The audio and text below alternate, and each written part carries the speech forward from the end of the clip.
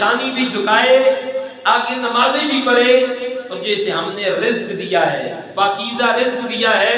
اس پاکیزہ رزق میں سے اپنے رب کے نام پہ خرچ بھی کرتا رہے۔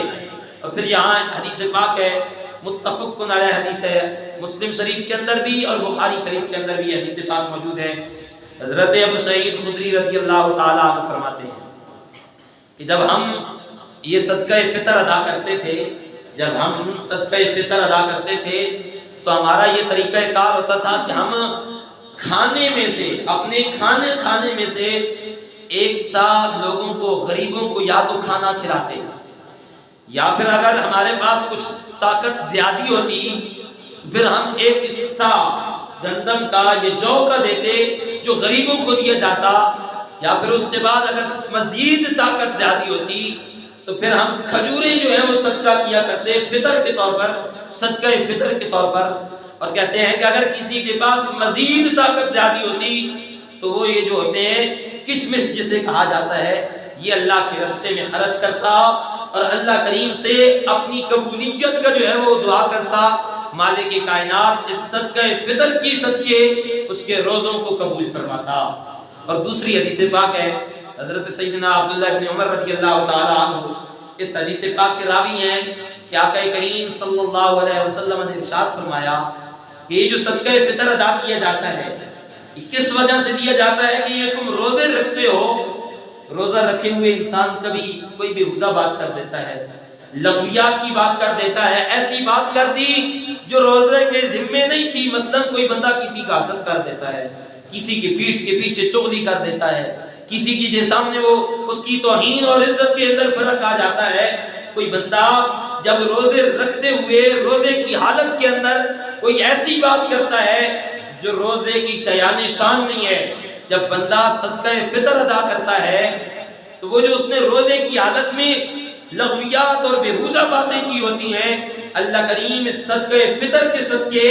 اس کی لغویات معاف فرما دیتا ہے۔ اس کی لغویات، اس کی فضولیات اور اس کی ہر قسم کی جو گناہ روزے کی حالت میں اس نے کر رکھے ہیں، اس صدقہ فطر کے صدقے اللہ کریم اس کی معافی عطا فرما دیتا ہے۔ اور اس کے ساتھ ساتھ اس حدیث پاک کے اندر حضور نے ارشاد فرمایا کہ جو آدمی عید سے پہلے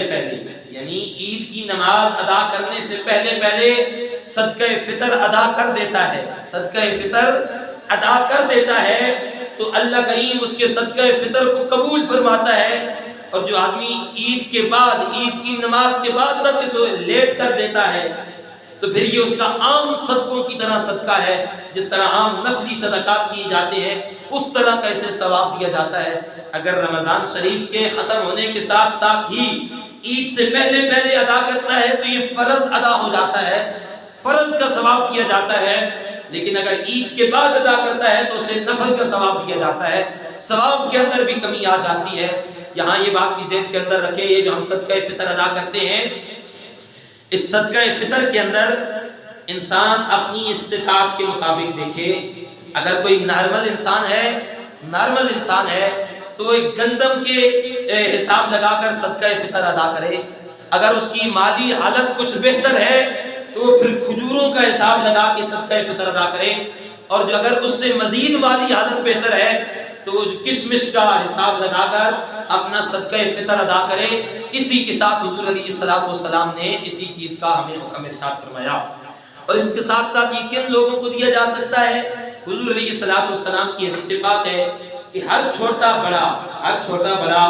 ہر بالغ مرد، بالغ عورت، غریب اور فقیر، مسکین اور فقیر، یہ دو لوگ حضور نے ارشاد فرمایا، فقیر اور مسکین، یہ لوگ بھی صدقہ فطر ادا کریں۔ یہاں یہ سوال پیدا ہوتا ہے کہ جب فقیروں اور مسکینوں نے بھی صدقہ فطر دینا ہے تو وہ پھر دیں گے کس کو؟ کون کس کو ادا کرے گا؟ یہاں یہ مفسرین اور محدثین اور فقہاء نے وضاحت کی ہے، ایک امیر آدمی ہے، اچھا بھلا لاد آدمی ہے تو وہ اپنے سے نیچے والے طبقے کو صدقہ فطر ادا کرے گا، اور جو اس سے غریب آدمی ہے وہ اپنے سے نیچے والے طبقے کو صدقہ فطر ادا کرے گا، تاکہ ہر ایک کا صدقہ فطر ادا ہو جائے۔ یہ اس لیے میں بار بار عرض کر رہا ہوں، اس لیے کہا گیا ہے یہ جو صدقہ فطر دیا جاتا ہے، آقا کریم صلی اللہ علیہ وسلم کی حدیث پاک ہے کہ جو آدمی روزے کے اندر لغویات اور طرح طرح کی فضولیات کرتا رہتا ہے، یہ ان کا کفارہ ہوتا ہے، اور بندہ جب ادا کر دیتا ہے تو اللہ کریم ان کو اپنی بارگاہ کے اندر قبول فرماتا ہے۔ اور اس کے اندر ایک اور بڑی حدیث پاک آقا کریم صلی اللہ علیہ وسلم نے ارشاد فرمایا کہ جب انسان روزے رکھتا ہے، روزے کی حالت کے اندر جب روزے ختم ہو جاتے ہیں، انسان اگر صدقہ فطر ادا کر دے تو عرش کے درمیان یہ لٹکے نہیں رہتے، اللہ کریم اسے قبول فرما دیتا ہے۔ اور جب تک انسان صدقہ فطر ادا نہیں کرتا، یہ اس انسان کے رکھے ہوئے روزے، اس انسان کے رکھے ہوئے روزے یہ آسمان اور زمین کے درمیان لٹکے رہتے ہیں، یہ اس انتظار میں رہتے ہیں کہ کب انسان اپنا صدقہ فطر ادا کرے تاکہ اللہ کریم کی بارگاہ ناز کے اندر اس کی قبولیت کا شرف حاصل ہو سکے۔ تو یہ صدقہ فطر اپنے روزوں کی قبولیت کا سامان کروانے کے لیے اللہ کریم نے انسان کے اوپر لازم کیا ہے۔ اس کے ساتھ ساتھ ایک اور بات ذہن کے اندر رکھیں کہ جو آدمی روزے نہیں رکھتا ہے، جو آدمی بیماری کی وجہ سے، اور بیماری ایسی ہے کہ وہ رمضان شریف گزرنے کے بعد بھی اسے یہ تسلی نہیں ہے کہ میں ٹھیک ہو جاؤں گا اور بعد میں روزے رکھوں گا، ایسے آدمی کو یہ چھوٹ ہے کہ وہ اپنے ایک روزے کا فدیہ